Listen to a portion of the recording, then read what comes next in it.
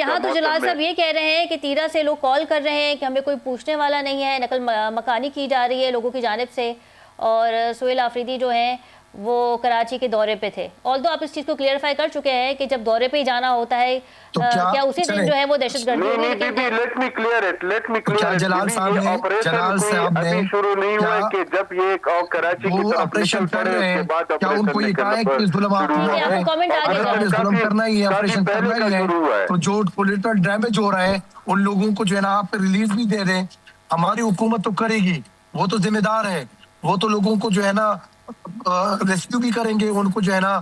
خوراک بھی دیں گے، ان کو شیلٹر بھی دیں گے. لیکن وہاں پہ یہ جو کولیٹرل ڈیمیج میں جو لوگوں کو ابھی نقصان اٹھانا پڑ رہا ہے، کیا جلال صاحب نے ان لوگوں کو یہ پیغام پہنچائے کہ یہ جو آپ وہاں پہ آپریشن کر رہے ہیں اور اس کی بدولت جو لوگ وہاں سے نقل مکانی کر رہے ہیں، تو کیا آپ نے اس کا بندوبست کیا ہے؟ یہ جلال صاحب خود بتا دیں گے. دوسری بات یہ کہ جلال صاحب سے آپ یہ پوچھیں کہ دہشت گردی افغانستان سے ہو رہی ہے، تو کیا آپ اس کے ساتھ کتنے متفق ہیں؟